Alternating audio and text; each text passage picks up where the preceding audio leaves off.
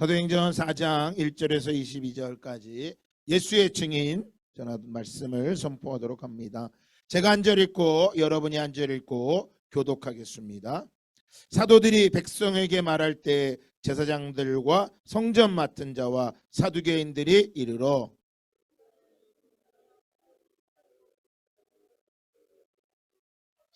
그들을 잡음에 날이 이미 저물었으므로 이튿날까지 가두었으나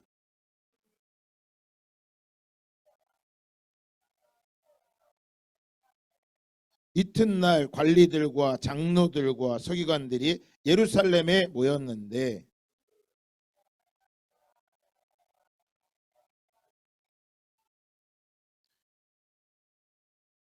사도들을 가운데 세우고 묻되 너희가 무슨 권세와 누구의 이름으로 이 일을 행하였느냐?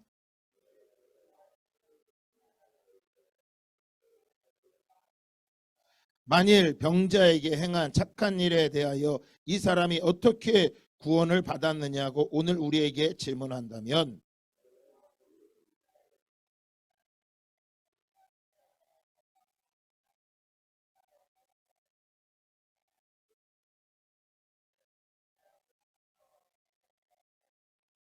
이 예수는 너희 건축자들의 버린 돌로서 집 모퉁이의 머릿돌이 되었느니라.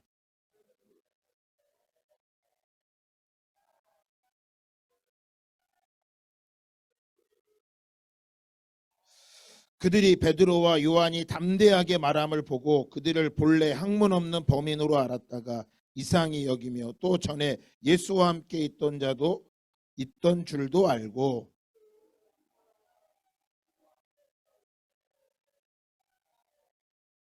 명하여 공회에서 나가라 하고 서로 의논하여 이르되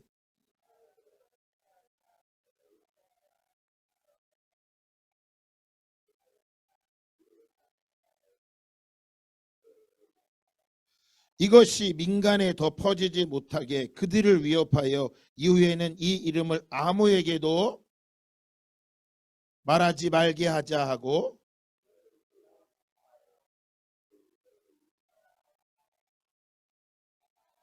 베드로와 요한이 대답하여 이르되 하나님 앞에서 너희의 말을 듣는 것이 하나님의 말씀을 듣는 것보다 옳은가 판단하라. 관리들이 백성들 때문에 그들을 어떻게 처벌할지 방법을 찾지 못하고 다시 위협하여 놓아주었으니 이는 모든 사람이 그된 일을 보고 하나님께 영광을 돌림이라. 병 나은 사람은 40여 세나 되었더라. 아멘. 할렐루야. 한번 따라합시다. 예수의 증인. 이러한 제목으로 계속해서 사도행전 말씀을 우리 강해하고 있습니다. 말씀을 보고 있습니다.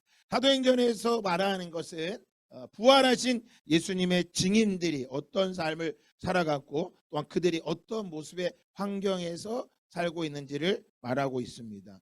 마지막 때는 증인이 되거나 배교자가 되는 것밖에 없습니다. 여러분 결코 세 가지의 길은 없습니다. 지금은 한쪽 다리를 교회에 걸쳐놓고 또 반대쪽 한쪽 다리는 이렇게 세상에 걸쳐놔도 사실 표시가 안 납니다. 그러나 마지막 때가 되면 딱 갈라지게 돼 있어요. 양과 염소가 갈라지고 알곡과 쭉정이가 갈라지게 돼 있습니다. 이거는 제가 말하지 않아도 성경에 그렇게 예언되어 있고 여러분도 다 그렇게 갈 수밖에 없어요. 그래서 이 사도행전 말씀이 아주 중요한 거예요. 어떤 증인이 돼야 되냐라는 것입니다. 우리 옆상에서 합시다. 우린 증인입니다.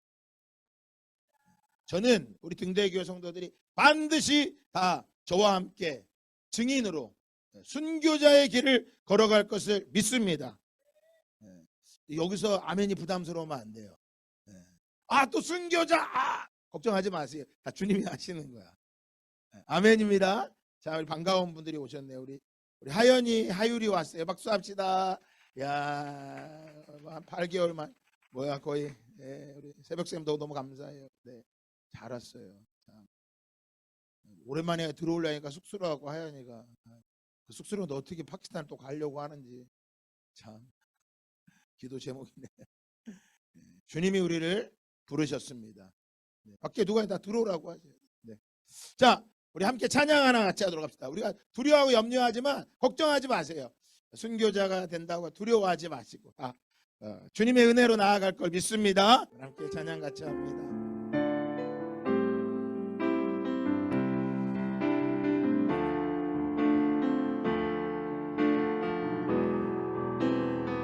형제님 염려 말아요.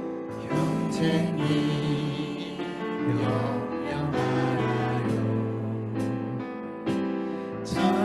자매님 슬퍼 말아요.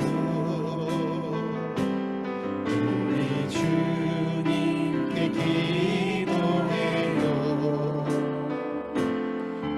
우리 주님만 사랑해요. 형제님 염려 말아요. 자매님 슬퍼 말아요. 우리 주님께 기도해요. 우리 주님만 사랑해요. 아버지 집에 거할 곳 많으니 내쳐서 예비하시리. 그날에 반드시 나를 영접하시리. 내 마음에 근심 없어요. 형제님 염려 말아요. 자매님 슬퍼 말아요. 자매님 슬퍼 말아요. 우리 주님께 기도해요. 우리 주님께 기도해요. 우리 주님만 사랑해요. 형제님 염려 말아요. 자매님 슬퍼 말아요. 우리 주님께 기도해요. 우리 주님만 사랑해요. 나 주님만 나머지 집에 할 것 많으니 내쳐서 예비하시리. 그날에 반드시 나를 영접하시리. 내 마음에 근심 없어요. 나 주님만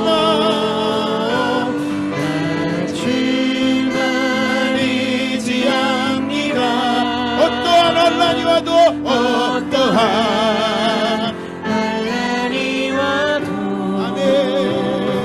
십자가 지고 주만 따라갑니다. 열방 향해 나 우리 높여서 찬양합시다. 아버지 집에 거할 곳 많으니 내쳐서 예비하시리. 그날에 반드시 나를 영접하시리. 내 마음에 근심 없어요. 나 주만 의지합니다. 어떠한 환난이 와도 십자가 지고 주만 따라갑니다. 열방 향해 나는 갑니다. 속히 오소서. 마라나타 속히 오소서. 아멘. 네, 우리 주님이 우리를 품에 안고 가심을 믿습니다. 이 찬양은 무기력하고 연약한 사람이 부르는 게 아니에요. 이따 같이 보겠지만 이미 무기력하고 연약한 사람들은 모두 다 포기하고 끝이라고 생각합니다. 이 찬양은 믿음의 사람들이 고백합니다. 내가 할 수 있기 때문에 오늘 예수님 앞에 나와 있는 게 아니라, 못하기 때문에 나와 있는 게 아니라, 물고기가 물을 떠나면 살아갈 수 없는 것처럼 나는 예수가 없으면 살아갈 수 없습니다. 그 고백을 하는 사람이 부르는 찬양. 지난번 중앙아시아 캠프를 가고 마지막에 돌아오는 날 카자흐스탄에서 월드미션 예배를 같이 참석하고 왔어요. 그들은 월드미션 예배 때 마지막 때 마라나타 찬양을 하는 게 아니라 이 찬양을 부르더라고요. 왜냐하면 예수님을 믿는다는 것 때문에 그들은 자기 집에서, 직장에서, 사회에서 쫓겨나고 추방을 당하는 청년들이 SM을 나가려고 하는데 카자흐스탄은 군대 가는 거 외에는 휴학 처리가 안 된대요. 그래가지고 3학년을 다니다가 SM을 가겠다고, 저 터키 땅에 있는 시리아 난민들을 섬기겠다고 학교를 그만두고 간 거예요. 휴학이 되는 게 아니에요. 그냥 자퇴 처리가 되는 거예요. 우리 같으면 조금 2년 기다렸다 나가면 되지 않나 하는데, 이 청년의 가슴에는 너무나 주님을 사랑하는 마음이 그 안에 부어지니까 그 청년이 그 땅으로 가더라고요. 사랑하는 여러분, 세상은 가면 갈수록 어려워집니다. 그래서 PPT 띄워주면 우리 지난주에 말씀 봤던 것처럼 사람이 언제 죽는다고, 심장이 총알을 뚫어서 불치의 병에 걸려서 독을 마셔서 죽는 게 아니라 사람들에게 잊혀졌을 때 죽는다고, 잊혀지지 않기 위해서 발버둥을 치고 두려워하는 거예요. PPT 한번 띄워줘 보실래요? 네. 그래서 사람들의 마음에는 이 증오, 사무치게 미워하는 마음이, 여러분 이 증오만, 차라리 증오라도 있으면 그래도 관심은 있는 거예요. 그런데 미워하죠. 원망스러워하고. 근데 지금은 증오도 사라지고 미움도 사라지고 이젠 아예 뭐 하는 거예요? 무관심입니다. 무관심. 손에 뭘 들고 있어요? 핸드폰 들고 있어요. 무관심. 이거는요, 무시하고 깔보는 거죠. 전혀 흥미가 없는 거예요. 제가 지난번에 말씀드렸죠.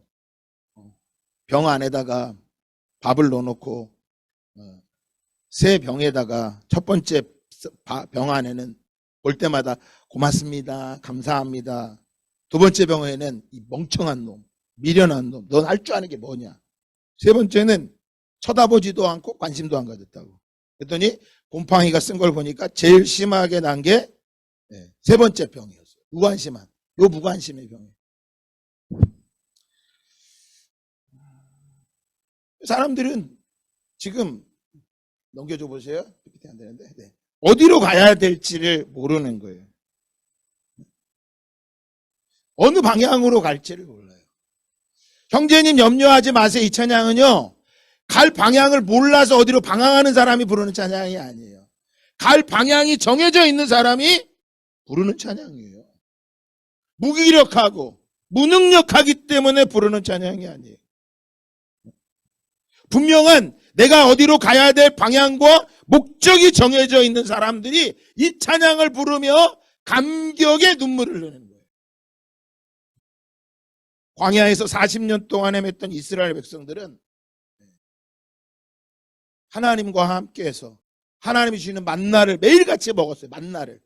아침이 되면 문 밖에 만나가 싹 내려져 있었어요. 그런데 그래도 주님을 못 믿는 거예요. 그들은 홍해바다를 건넜어요.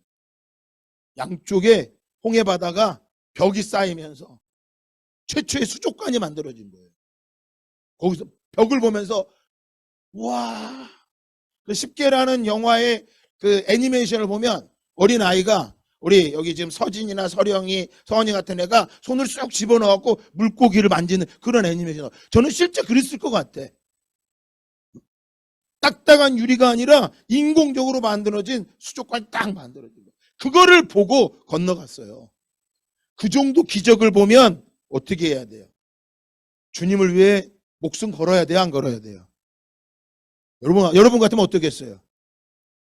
그 정도 기적을 보면 나는 주님께 목숨을 걸 것 같다. 아멘. 그럼 못 봐서 안 거는 거예요? 어디인지를 몰라서 그러는 거예요. 세상은 사람들에게 관심이 없어요. 넘어가네. 네. 세상은 사람들에게 관심이 있는 게 아니라 돈에 관심이 있어요. 내가 아무리 돈에 관심을 가져도 세상은 이 사람들이 다 갖고 있어요. 전 세계에 60% 점점 더 많아질 거예요. 그래서 점점 어려워지는 거예요. 속으면 안 돼요, 여러분. 특별히 청년들 SN 갔다 오고 뭐하고 그게 중요한 게 아니라 지금부터 어떤 삶을 살아가느냐 너무나 중요해요. 이번 주 금요철야 때 못 나오신 분은 금요철야 때 영상 유튜브로 올라오면 꼭 들어보시기 바라요. 내 존재가 어떤 존재인지. 돈을 벌어서 내 존재가 있는 게 아니라 창세 전에 하나님이 예정하셔서 우리를 부르시고 그 말씀대로 성취하신다라는 그 비밀을 알게 되면 지혜와 계시의 영을 더해달라고. 금요철야 끝나고 우리가 기도 제목을 올렸는데 금요철야를 안 나오신 분들은 못 들으신 분들은 그게 의미가 뭔지 모를 거예요. 목적이 다른 거예요. 그러니까 아까 말씀드렸죠. 형제님 염려 말아요. 자매님 슬퍼 말아요. 이게 낙심이 되고 우울해서 부르는 이 찬양하고요. 자기가 어디로 가야 될지 알면서 찬양하는 건요. 느낌이 달라요. 길을 모르고 방황하면서 나는 왜 이 모양이야? 그러면서 우울감과 낙심 가운데 찬양을 부르면요. 괜히 더 서글퍼져요. 그럴 때는 유다의 사자 그런 찬양을 불러야 돼. 그런데 내가 갈 길이 정해졌어. 더 주님을 붙잡고 와야 돼. 그럴 때 붙잡는 찬양이에요, 이거. 이들은 다 돈의 노예가 되어 있어요. 세상은 다 이런 사람들 단 줄 알아. 여기서 물어보세요. 행복한 사람이 누군지 한번 찾아봐봐요. 없어요. 뭐예요?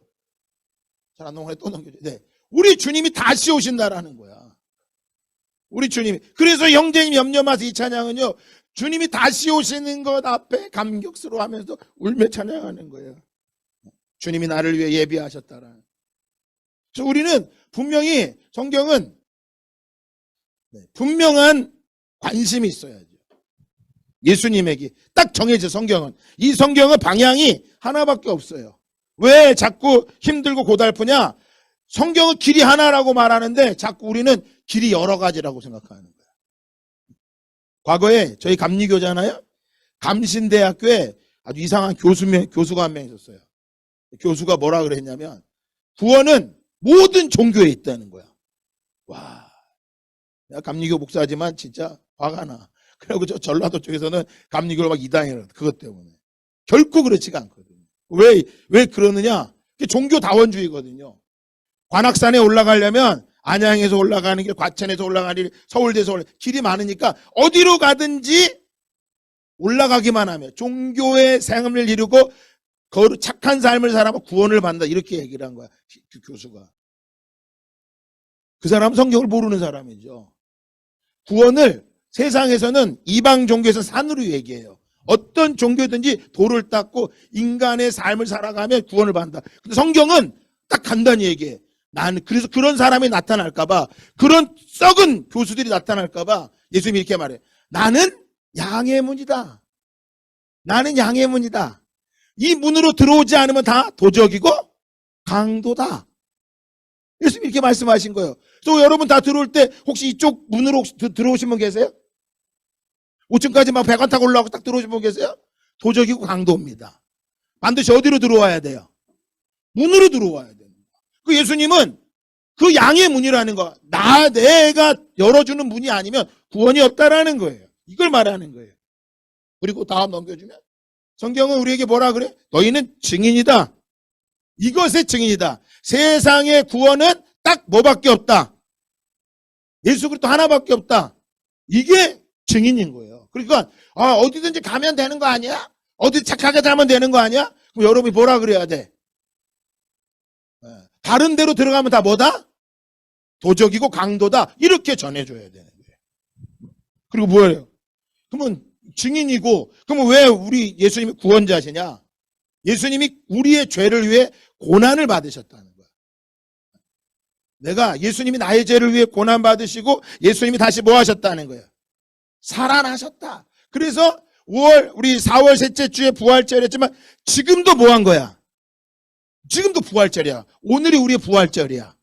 그날을 부활하신 날을 기념해서 주일 예배를 좀 드리는 거야. 그러니까 주일 예배를 나는 오늘 안 드려. 그러면 그 사람은 부활을 뭐 한 거야 지금? 잃어버리는 거예요. 부활절이에요 이 날은. 주님이 살아나신 날을 기념 우리가 하는 거예요. 그래서 아무리 바쁘고 어려워도 이 날을 지키려고 해야 돼. 그리고 정해진 시간에 드리려고 하셔야 돼. 그리고 정해진 장소에서 하려고 그래야 돼. 정말 어렵지 않으면. 요즘은 어때요? 예수님 당시에는 3교대가 없었거든요. 예수님 3교대가 없었어. 그러니까 그때는 다 하죠. 근데 지금은 어때요? 3교대 있어. 간호사도 3교대, 소방관도 3교대. 그럼 이 사람들은 어떻게 해야 돼? 그럼 주일날 못 드리니까 제껴야 돼요? 그 사람은 자신 스스로가 주의를 지키려고 해야 돼요. 3교대 이 시간에 예배가 걸렸다. 그럼 저녁에 와서라도 드려야 돼. 그 저녁 예배가 없어. 그럼 목사님 붙잡고 목사님 저랑 같이 예배 드려주세요. 이래야 되는 거야. 3교대 다녀도 돼요. 그런데 3교대 다니면 아직 몸이 힘드니까 기도하셔야 돼. 주님 주야간으로 가게 해주세요. 또 기도하세요. 주님 다들 주 5일째 하는데 나는 왜 맨날 6일을 해야 됩니까? 5일로 가게 해주세요. 그 돈은 적게 벌어도 괜찮습니다. 이래야 되는데 돈도 많이 벌고 예배도 잘 드리고 싶어. 쉬운 게 아니에요 여러분. 부활에 나섰어요. 그리고 예수님 뭐 하셨어요? 예수님은 죄사함의 회개가 예루살렘에 시작하여 모든 민족에 전파될 것이다. 이게 복음인 거예요. 여러분 이거를 지금 계속해서 제가 전하고 있어요. 주일마다 전하고 있어요. 목사님 이제 그만하셔도 되지 않을까요? 네. 여러분의 입술에서 막 터져 나와야 돼. 만나는 사람마다 예수님이 살아나셨습니다. 예수님이 나의 죄를 위해 고난당하셨습니다. 예수님이 살아나셨습니다. 그 죄사함의 회개가 예루살렘에서 모든 민족이 증거되어 다시 예루살렘에 가면 주님이 오십니다. 이걸 전해야 돼요. 아멘. 그래서 예수님과 인격적인 만남이 있어야 되고 하나님의 말씀이 나의 주인이 되어야 되고 세상을 두려워하지 않아야 된다고 말씀을 드렸어요. 그래서 이들을 가르쳐 이런 사람들을 가르쳐서 뭐라 그러느냐? 그리스도인이다. 예수를 따르는 제자, 부활의 증인이다 라고 말하는 거예요. 그러니까 그리스도인은 그냥 교회 다닌다고 그리스도인이 아니에요. 예수님을 따라가고 있느냐라는 거예요. 주일 낮에 한번 딱 예배드리고 나는 그리스도인이야. 좀 이따 말씀드리면 착각하면 안 돼. 큰일 납니다. 부활의 증인이 되셔야 돼요. 그래서 말하죠. 생명의 주를 죽였도다. 그러나 하나님이 죽은 자 가운데서 그를 살리셨으니 우리가 이 일에 뭐다? 예수님이 죽었지만 하나님이 예수님 뭐 하셨다? 살리셨다. 저와 여러분도 죽어도 예수님이 뭐 할까요? 살리실 거야. 할렐루야. 우리 옆사람 인사합시다. 하나님이 당신을 살리실 겁니다. 죽음 앞에 있는 사람에게 이 모든 돈이나 인공지능 유명함은 다 헛것이에요. 지난주에 이거 말씀을 드렸습니다. 자, 다음 넘 잘 넘어가네요. 다 때가 있고 기한이 있다고 말씀을 드렸어요. 바로 이 말씀을 따라가는 거예요. 왜? 이 말씀이 어떤 거기 때문에. 여기 보니까 선지자의 입을 통하여 자기의 그리스도께서 고난받으실 일을 미리 알게 하셨고 영원전부터 거룩한 선지자들의 입을 통하여 말씀하셨으니 선지자의 사무엘 때부터 성경 하나하나가 다 무엇을 했다라는 거예요. 예수님이 오시고 고난당하실 걸 뭐 했다는 거예요? 예언하신 거예요. 예언하셨다고요. 그 예언이 뭐가 되는 거예요? 성취가 됐기 때문에 여러분들이 그리스도인이라면 이 믿음의 길을 걸어가는 거예요. 교회를 따라가는 게 아니에요. 말씀의 길을 따라가는 거예요. 교회에서 어떤 걸 선포하면 이 말씀을 선포하면. 아멘입니다. 자, 넘겨줘 보면. 그래서 이 구원의 길은 이야기하죠. 너희가 회개하고 예수의 이름으로 돌이키면 새롭게 나는 날이 올 것이다. 회개해야 구원을 얻는다라고 성경은 예언하고 있어요. 이게 지난주까지 얘기했어요. 그리고 나서 이 베드로와 요한은 어떻게 됩니까? 잡혀 들어가요. 어디에 잡혀 들어갔을까요? 감옥에 잡혀 들어가죠. 자, 영상 한번 띄워줘 보실래요? 자, 봐보세요.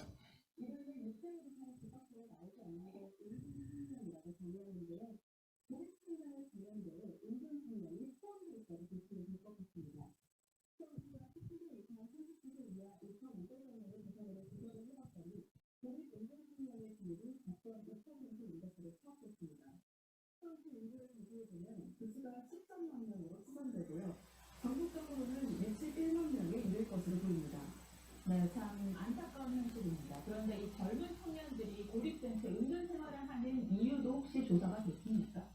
네, 그렇습니다. 복수운전이 가능하도록 조사를 한 결과 실제로는 취업에 어려움을 느꼈다는 대답이 45.5%로 가장 많았습니다.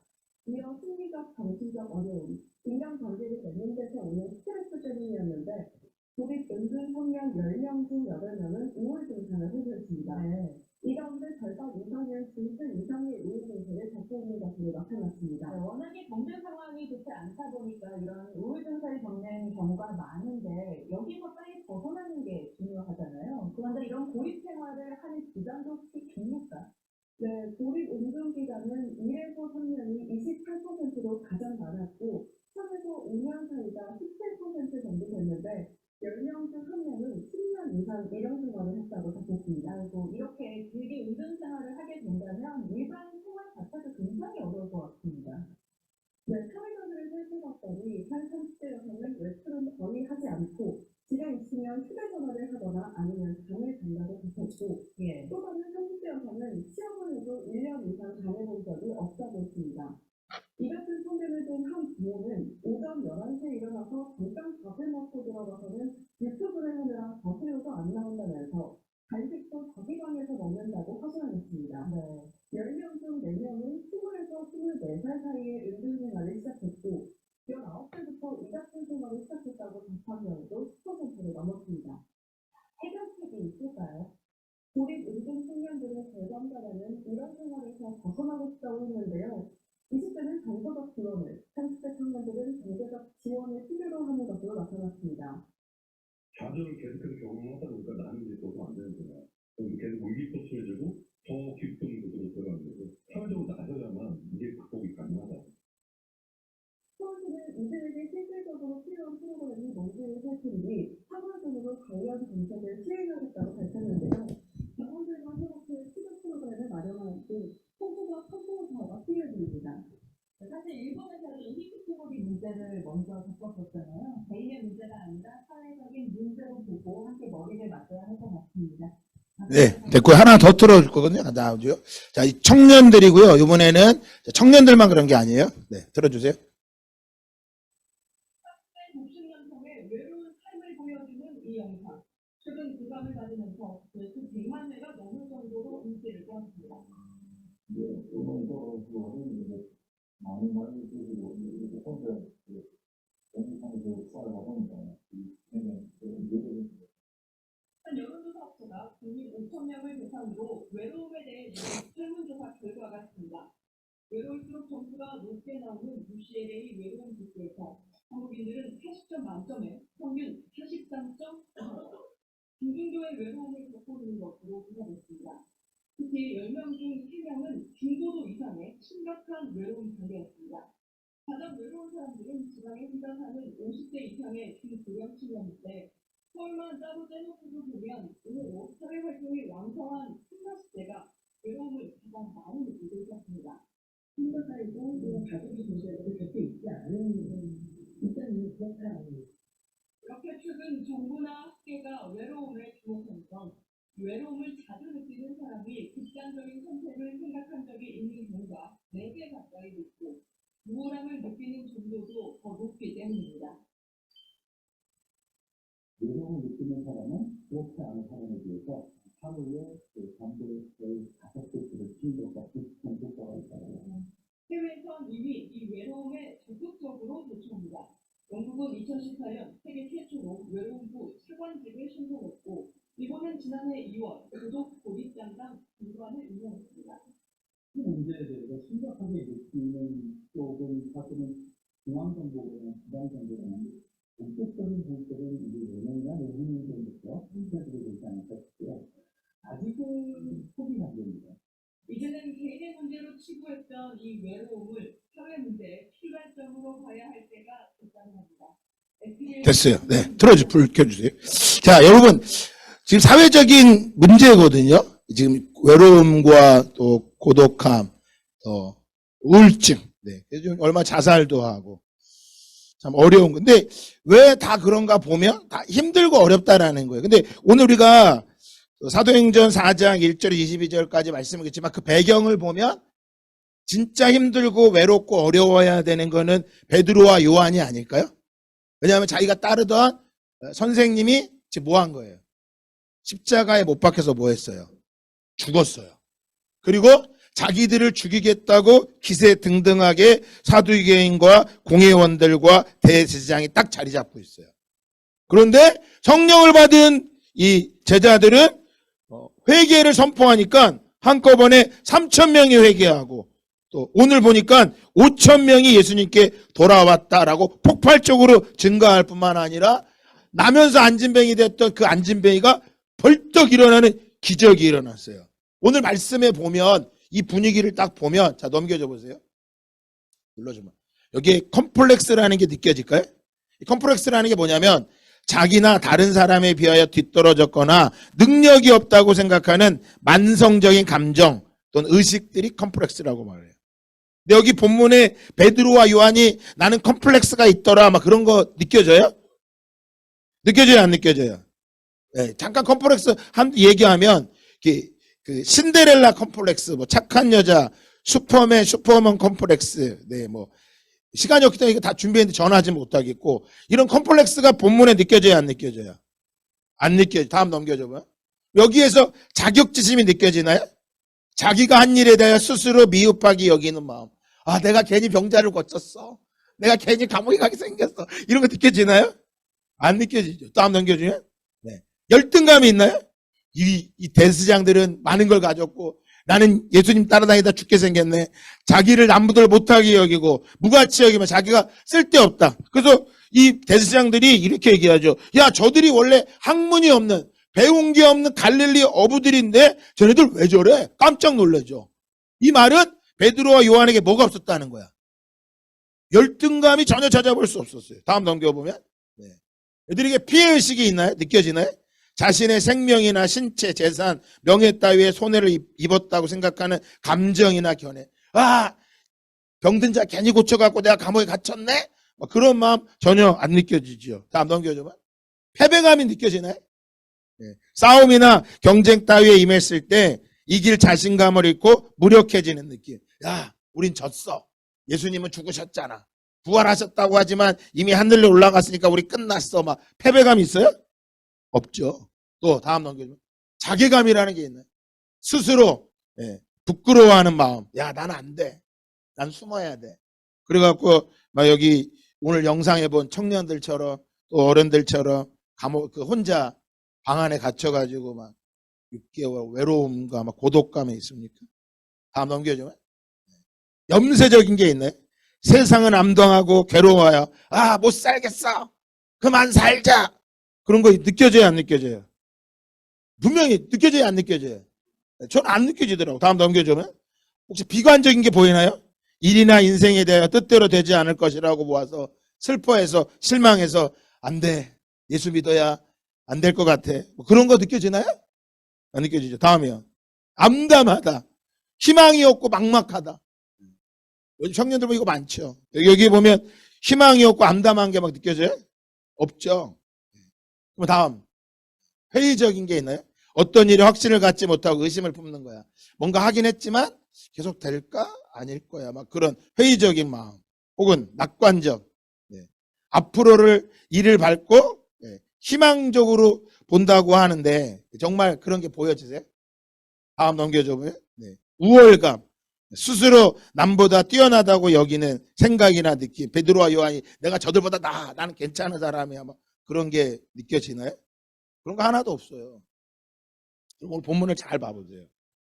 이 핍박과 어려움 속에서 그들이 이겨나갔던 비밀이 있다는 거예요. 그게 무엇이냐? 13절에 보니까 이렇게 말해요. 그들이 베드로와 요한이 담대하게 말함을 보고 담대했다 그래요. 또한 8절에도 보니까 베드로가 성령이 충만하였다라고 말해요. 그러면서 10절에 이렇게 말합니다. 너희와 모든 이스라엘 백성들은 알라. 너희들 알아야 돼. 자, PP 넘겨주면 바로 다윗처럼 담대하죠. 다윗은 키가 한 150, 160. 이 골리앗은 키가 3m예요. 3m 정도예요. 근데 그 앞에 두려워하지 않죠. 그러므로 히브리서는 말합니다. 담대함을 버리지 말라. 이것이 큰 상을 얻느니라. 형제님 염려하지 마세요. 이 찬양은요. 바로 이 담대함을 붙잡고 사는 사람이 부르는 찬양이에요. 너희는 모든 이스라엘 백성은 알아라. 너희가 십자가에 못 박고 하나님이 죽은 자 가운데 살리신 나사렛 예수 그리스도의 이름으로 이 사람이 바로 이 안진뱅이가 건강하게 되어 너희 앞에 섰느니라. 여러분, 예수의 증인이 담대하죠. 세상 앞에 여러분 초라해지지 않길 바랍니다. 콤플렉스와 자격지심, 열등감, 피해의식, 패배감, 자괴감, 염세적이고 비관적이고 암담하고 회의적이고 남들보다 더 우월하기 위해서 살아가지 말라라는 거예요. 우리에게는 담대함이 필요한 겁니다. 이 담대함을 잃어버려서 어려운 거예요. 그래서 그 페르시아 난민들 오늘 오후 예배 때 우리 문복음 선교사님, 문영번 우리 감독님이 오시는데 말씀 전할 텐데 페르시아 정말 그 페르시아 이거 다 듣고 싶어. 그 페르시아 난민들이 하나님을 만나고 나니까 국가의 도움과 지방 정부의 도움으로 세워진 게 아니라 하나님의 말씀이 그 안에 들어가니까 우리는 난민이 아니라 우리는 선교사다 외치는 거예요. 상황이 어렵기 때문에 우리가 힘든 게 아니라고요. 제발 속지 말아야 합니다. 먼저 가져야 될 건 뭐예요? 담대함이에요. 너희는 이것을 알라. 너희는 이것을 알라. 이 사람이 건강하게 된 것은 너희가 버린 건축자들이 버린 돌이 집 모퉁이의 머릿돌이 된 것처럼 예수가 그 사람을 건강하게 한 것이다 라고 설명했어요. 다 넘겨줘 보면요. 눌러줘 보세요. 혹시 이거 아세요, 여러분? 이거 그림 아세요? 혹시 보신 분 아세요? 혹시 아시는 분? 베니예요, 베니. 유명한 그 카톡에 까똑까똑 할 때 그림 있죠? 그거예요. 다음 넘겨줘 보면. 바로 이 사람이 만든 거예요. 부작가라고요. 구경선이라고. 한 2년 전에 다니엘 기도에 나왔어요. 2살 때 청력을 잃어버렸어요. 그리고 2013년에는 망막 색소 변성증이라고 눈앞에 와야지만 보이는 병에 걸렸어요. 이 사람이 이 구작가가 이 토끼의 귀를 크게 했어요. 왜 귀를 크게 했냐?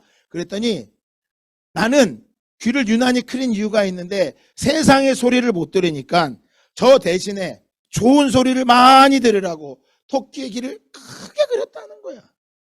세상은 어떤 소리를 많이 들어야 된다고 잘 살 수 있다 그래요. 세상의 소리를 많이 들어야 잘 살 수 있다고 하는데 이 구작가는 세상의 소리를 못 들으니까 하나님의 소리를 듣고 이 그림이 웹툰이 완성이 된 거예요. 장애가 되니까 2살 때 듣지 못하니까 말을 못하는 거예요. 말도 못하는 거예요. 그래서 자기가 할 일이 무엇인가? 할 일이 없다. 아무것도 못 찾고 방황하고 있었는데 어느 날 친구를 따라 교회를 나갔는데 이 교회가 적응이 잘 안 되는 거예요. 적응 안 되는 분들이 이해합니다. 교회 온 게 쉬운 게 아니에요. 그런데 그래서 적응은 안 되니까 1년에 2번씩 그냥 겨우 갔대요. 갔으면 예상하면 부활절 크리스마스 2번 갔을 것 같아. 이걸 잘 못 가는 거예요. 그런데 늘 주위에 친구들이 이 구경선을 위해 기도해주고 권면을 한 것 같아요. 어느 날 교회를 왔다가 수련회를 참석한 거예요. 근데 그때 가서 예수님을 만난 거예요. 25살에. 너무나 행복했대요. 어느 날 교회 와서 자기 친구들은 막 11조를 드리는데 자기는 한 달 용돈이 5만 원이니까 11조를 드릴 수 없어서, 드릴 것도 없어서 어떻게 하나 그러다가 차라리 내가 교회 봉사를 좀 해야겠다. 그래서 주보를 만들기 시작했대요. 주보를 제작했다는 거예요. 그 주보를 제작하다가 어느 날 할 일이 없어서 블로그를 하나 만들었다가 구작가를 다룬 거야. 그 꿈이 생긴 거예요. 웹툰. 그리고 선교를 가게 됐어요. 어딜 갔다고요? 네, 이게 나랑 통하더라고. 선교를 간 거예요. 캄보디아로.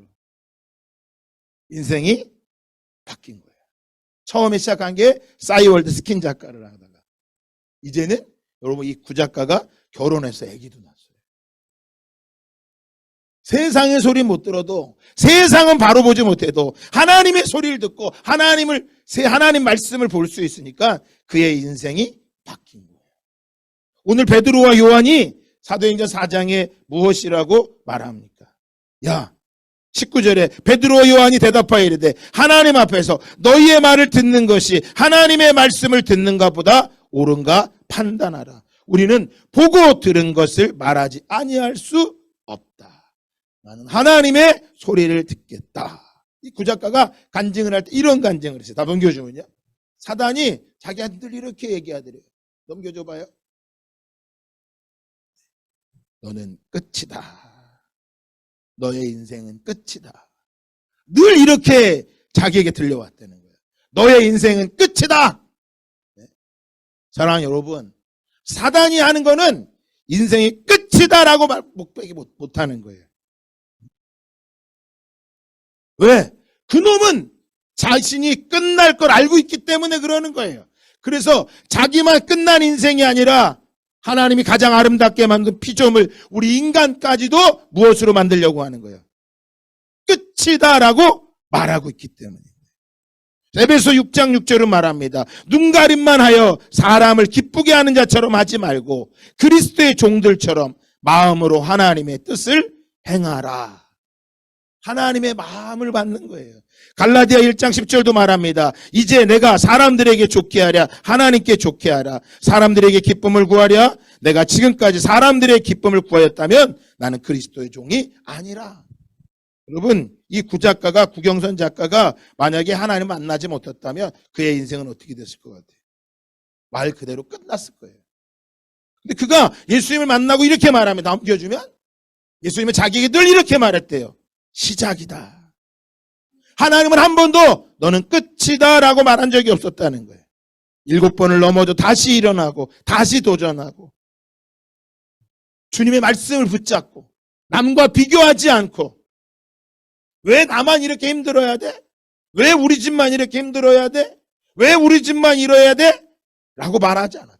여러분, 만약에 이런 말을 유명한 사람이 집안도 좋고 집도 펜트하우스에 살고 부모님도 좋고 능력 있고 그런 사람이 이렇게 말했다면 별로 와닿지 않을 것 같아요. 그런데 오늘 베드로나 요한이나 이 구작가나 그 밑바닥의 자리에서 그들은 한 번도 뭐하지 않아요. 컴플렉스와 자격지심과 열등감과 피해의식과 패배감, 자괴감, 염세적이고 비관적이고 암담하다고 회의적이라고 말하지 않고 우린 끝이야 라고 말하지 않고 다시 뭐라고요? 시작이라는 거예요. 예수님이 죽으시고 이 대제사장과 서기관들, 공회원들은 야 이제 이겼다. 이제 끝났다 라고 했는데 베드로와 요한은 예수님의 제자들은 끝이 아니라 다시 시작된 것은 무엇 때문에 가능한 거예요? 부활하신 주님이 계셨기 때문에. 그들은 예수의 증인으로 살았기에 그들은 시작할 수 있었던 것입니다. 그들이 부활의 증인이 아니었다면 그들은 지금 아무도 역사에서 기억하지 못했을 것입니다. 그들은 끝이라고 말해야 될 것입니다. 그러나 우리는 끝이 아닙니다. 시작입니다. 왜요? 다음 넘겨주면 천하 인간의 구원 얻을 만한 이름을 우리에게 주신 일이 없다고 말씀하기 때문입니다. 오직 우리를 구원하는 것은 예수 그리스도 한 분밖에 없다라는 거예요.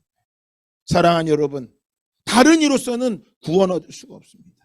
다른 이로서는 염려를 해결할 수 없고 다른 이로서는 슬픔을 해결할 수 없습니다. 오직 예수 그리스도 그분만이 우리를 구원하시고 능력 주시고 생명으로 새롭게 시작하시는 그 주님을 바라보고 나아가는 모두가 예수의 증인이 되시기를 주님의 이름으로 축복합니다.